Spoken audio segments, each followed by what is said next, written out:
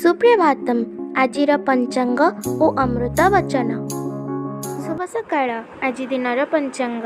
ଆଜି ଶ୍ରୀ ଶ୍ୱେତବରାହ କଳ୍ପର ବୈବସ୍ୱତ ମନ୍ୱନ୍ତର ଦ୍ୱିତୀୟ ପରାର୍ଦ୍ଧ ଦକ୍ଷିଣାୟନ ଶରତ ଋତୁ ଭାଦ୍ରବ ମାସ ଶୁକ୍ଳପକ୍ଷ ଅଷ୍ଟମୀ ତିଥି ରବିବାର ପବିତ୍ର ଶ୍ରୀ ରାଧାଷ୍ଟମୀ ଚୁକାବ୍ଦ 5127 ବିକ୍ରମ ସମ୍ବତ 2082 ଅଗଷ୍ଟ ମାସର 31 ତାରିଖ।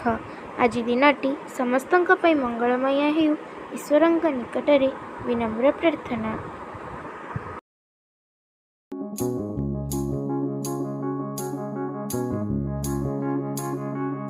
ଭଗବାନଙ୍କୁ କୌଣସି ପାପ ସ୍ପର୍ଶ କରିପାରେ ନାହିଁ, ତେବେ ସୁଦ୍ଧା ସେ ଦେହ ଧାରଣ କରନ୍ତି ବୋଲି ସେ ସବୁ ରୋଗ ରୂପରେ ଦେହରେ ଆଶ୍ରୟ କରି ଦୁଃଖ ଭୋଗାନ୍ତି।